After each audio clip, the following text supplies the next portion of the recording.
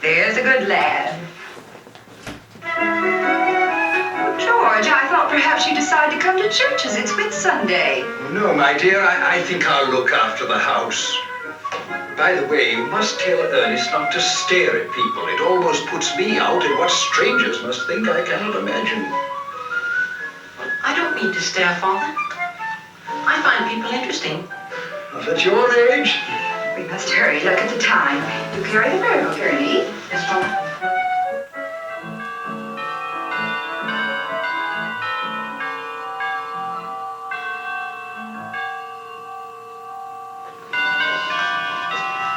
Oh, Ernie, now do hurry, or we're going to be late.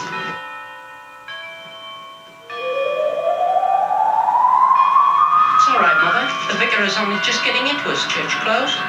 Nonsense, Ernie. How can you tell what the vicar's doing? Father, he's combing his hair in front of a mirror. Now listen, I won't have you talking to your mother like that. And on Sunday, too.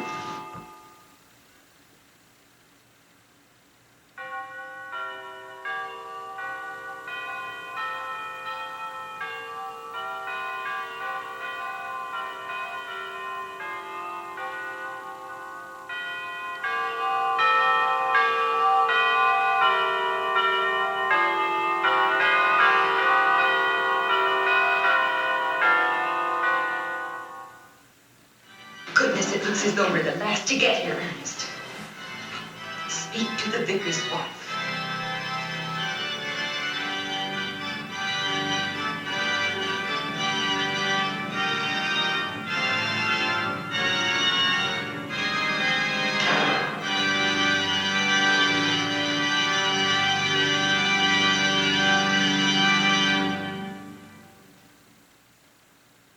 The vicar's late. I wonder why.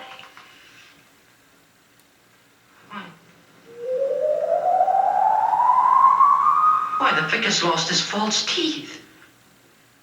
Half the choir's on the floor looking for them. Ernest, remember where you are. What can you expect with parents like that?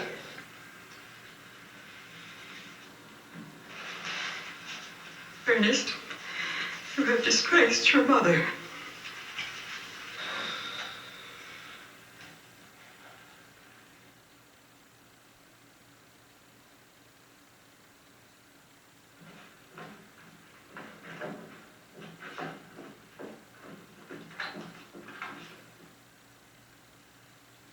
Let us pray, dearly beloved, the scripture moveth us in sundry places that we should acknowledge and confess our manifold sins and wickedness, and confess them with an humbly, lowly, penitent, and obedient heart, the enemy may forgiveness of the same by his infinite goodness and mercy.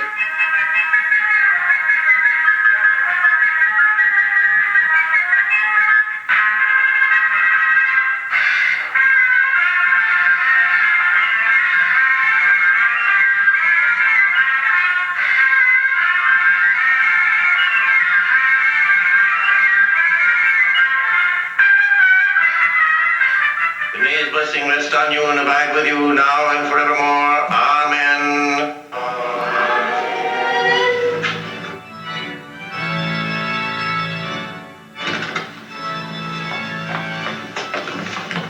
Don't drag behind, Ernest. Thank you so much. Mrs. Torch was in a hurry, wasn't she? Something about that youngster that would earn him a touch of the belt. If I were his father. A service, Vicar. Delightful. Oh, it's so good of you to say so. Such a nice, quiet little chap, I always thought. But you never can tell, can you? Never know which way young people are going nowadays. I thought it was simply killing, my dear. Whatever made the boy say it, I could have died. Thank you. I'm so glad you were with us today. Was it all sir? Oh, it was just... Oh, my dear, you're trying this. But, my dear, to say it out loud like that. Shh, the vicar's wife. Oh, Mrs. Gimble, we were just talking about young Ernest Torch. Well, you must have had quite a shock until you realized he was making the whole thing up. Shocking, Mrs. Lush, and inexcusable.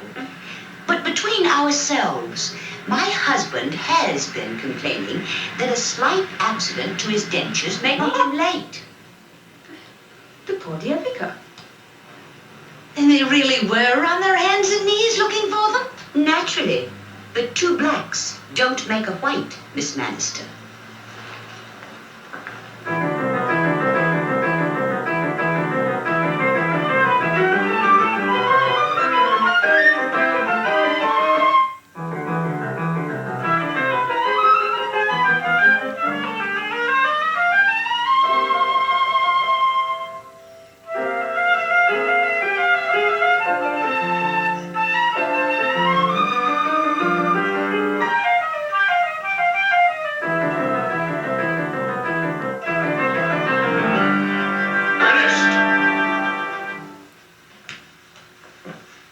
Yes, Father.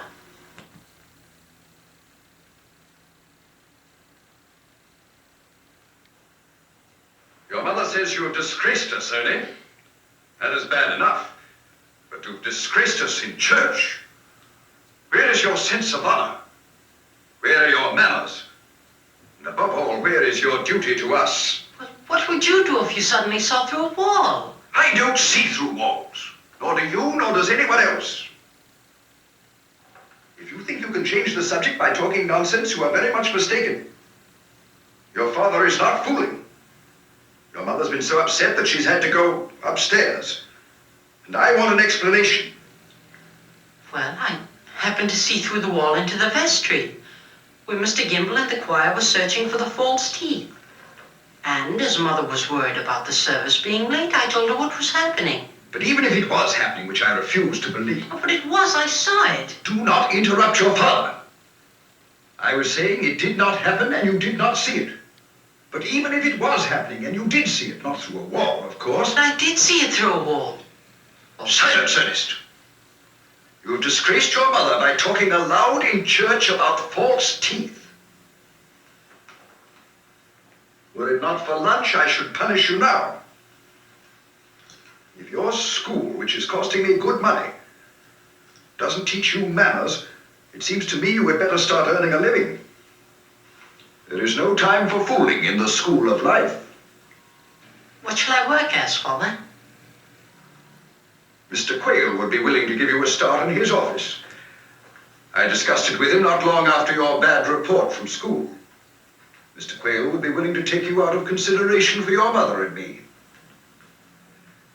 And now I have a good mind to let you go. In the meantime, your mother isn't down and lunch is late. Father, if Mr. Quayle will take me, I'm willing to start at once. We'll talk about that after lunch. Where is lunch? Mother's in the kitchen giving Annie a talking to. Annie has let the roast fall on the floor, and I believe she's refusing to pick it up again. Either you are a liar, Ernest, or something very serious has happened to you. No, don't answer back. Father, I saw. Silence, then. Now I want you to take back every word you said. You know it can't be true. You know you did it to draw attention to yourself. You know your sight is quite normal and you are being stupid and disrespectful when you talk about seeing through walls. Now take it back, Ernie, and then we'll go into lunch. George! George! The roast has been on the floor. I've given her notice, of course. Just as I said. This is serious, Doris.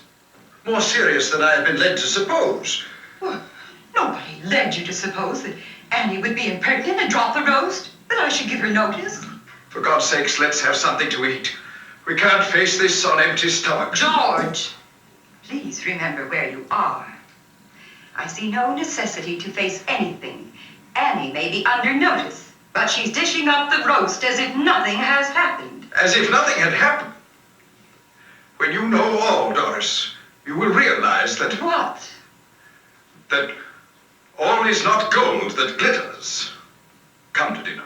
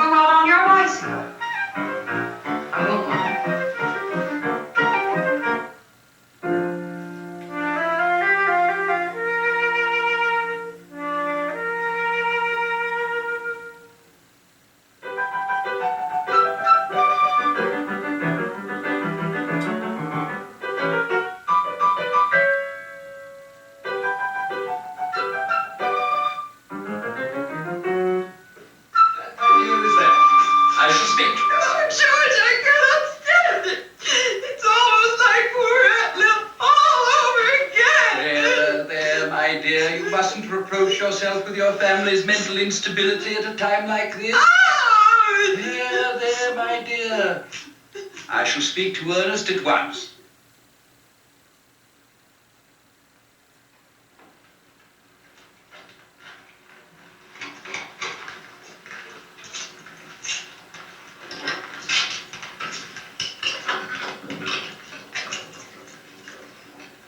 Ernie. Poor mother.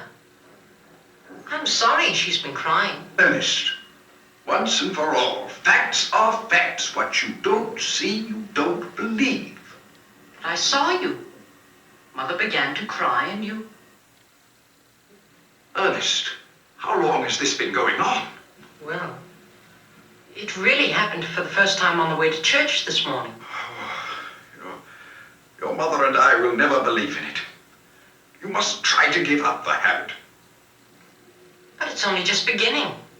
It shall get worse rather than better.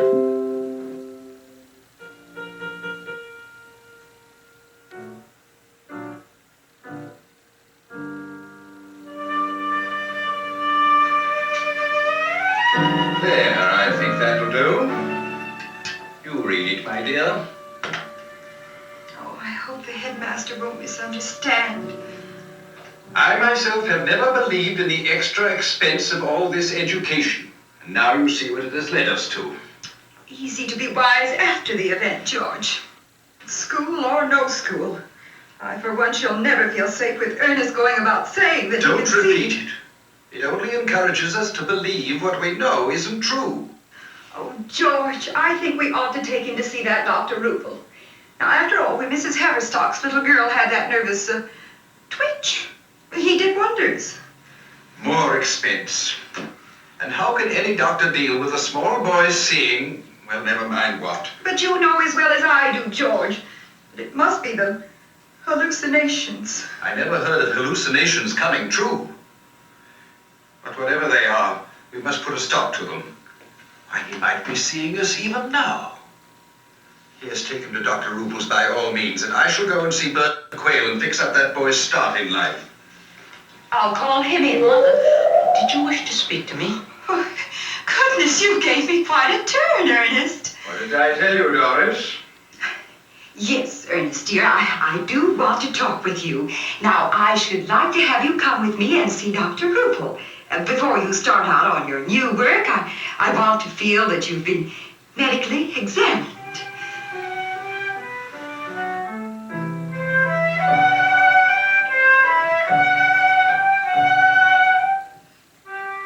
Please come to the point, Mrs. Tarcher. Let me have the boy brought in for an examination. I am afraid you will never believe it, Dr. Rupel, but he says he can see through walls. Ah, he can see through walls, can he? Well, that's the sort of thing I like to hear about. Send the boy in to me, Mrs. Tarch. You come back for him in a quarter of an hour or so. But hadn't I better stay here and explain? Not at all. There's nothing to explain. But, Doctor, this is a terrible thing to happen. His father and I are distracted. Why, yesterday he said something in church, out loud, you understand, which will be all over Steeple by today. Now, I'm sure it's all hallucinations, and they can be cured. But don't you see, Doctor, if it goes on, where will it end? Where indeed, Mrs. Tarch? Leave the boy to me. Come along, please.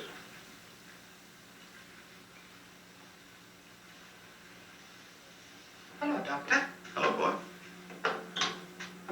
I expect you know me. Yes, I seem to have seen you somewhere. Well, that's good then. I'm glad you know the room. It's a splendid room for light, isn't it? For discovering things. For seeing through things. So you see through walls, Ernest? Yes, Doctor. Ever since church time yesterday. Do you like it? Seeing through walls? Oh, it's not bad at all. It's interesting, you know. I see so much more. Of course. You see the truth. I suppose it does happen to people sometimes. I mean, there's nothing wrong with it, is there, Doctor? It seems to be upsetting my parents terribly. It would.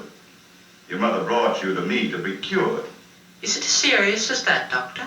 No, it's not serious at all, Ernest. And I will cure you. You're quite certain you see through walls? Oh, yes, I do it whenever I want to. Now look behind you and tell me what your mother is doing in the waiting room.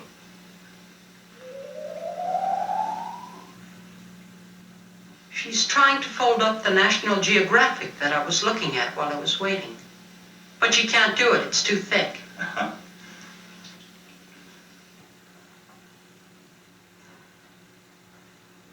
She's now putting it in her shopping bag. Splendid, Ernest, splendid. Ernest, you're probably not familiar with the truth. The truth is incompatible with your present surroundings. Now, don't try to answer me. Ernest, your curiosity has led you to seek a truth with which you are not from day to day familiar. Well, that's quite admirable. I have no intention of curing you. You're incurable.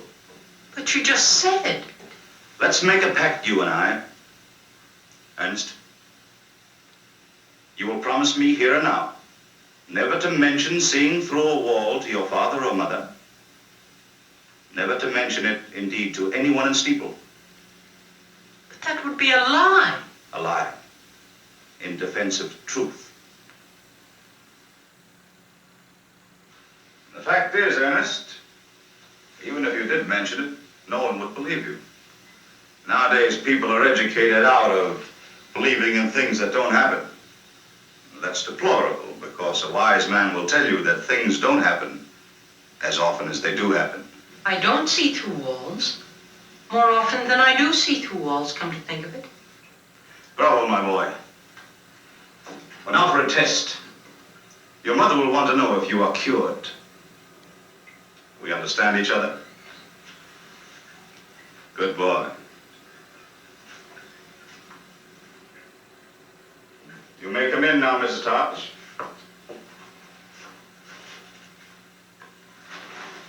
I expect you would like Ernie to wait outside while we talk, Doctor. There's nothing to worry about, I assure you, Mrs. Tosh. There is nothing that cannot be discussed here and now. An adjustment of an important faculty is all. I find it prevalent in juvenile minds. I have adjusted it. Are you sure, Dr. Rupel? Isn't it rather quick? Quick, my dear lady. It's science. You do not study science, which is knowledge. I do. The matter of looking through walls is scientific. Let us show you. Ernest, tell us now, you've been looking at the wall of the waiting room. What did you see your mother doing? Not really, Dr. Rupel. That was hardly... A demonstration, Mrs. Tosh. A demonstration? Demonstration. Ernest, my boy, what did you see? I saw nothing. I looked at the wall and I saw nothing. Oh, Ernie. You saw nothing. You saw the wall. You good little boy. What were you doing, Mrs. Tosh? Oh, well, I was too agitated. Really, I can't remember what I was doing. But if the boy's better, I shall never know how to thank you, Doctor. I hope it won't be too much, will it? The price of truth, Mrs. Tosh, is experience. Your son's case has interested me so much, I shall forego the fee. Of course, Dr. Rupel. You hear that, Ernie? The doctor finds you interesting. And he returns the interest, I'm flattered to say.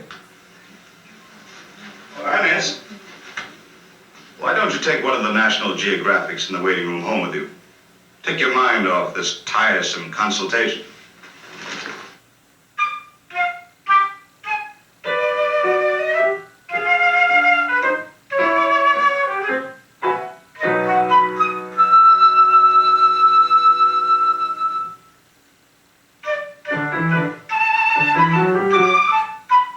Ernie, think Mr. Ranch while I killed your father.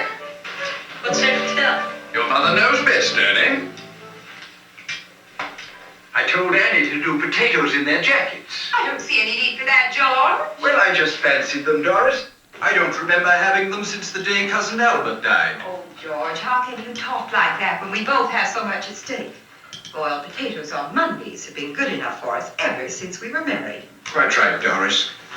The question is now, however, what did the doctor say?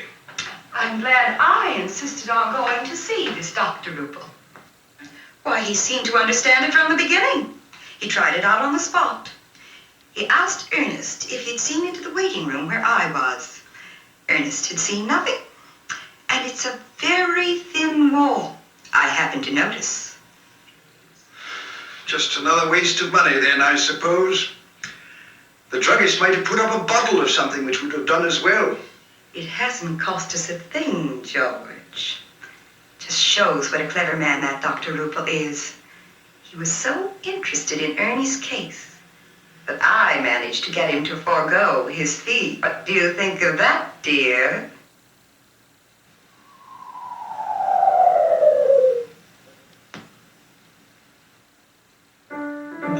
I hear this Dr. Ruppel has put an end to all the nonsense. Oh, yes. He's cured the nonsense. Yes, good lad.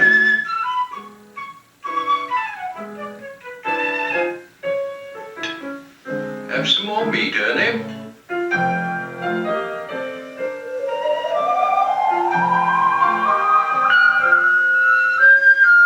No, thank you, Father. I want to save room for dessert.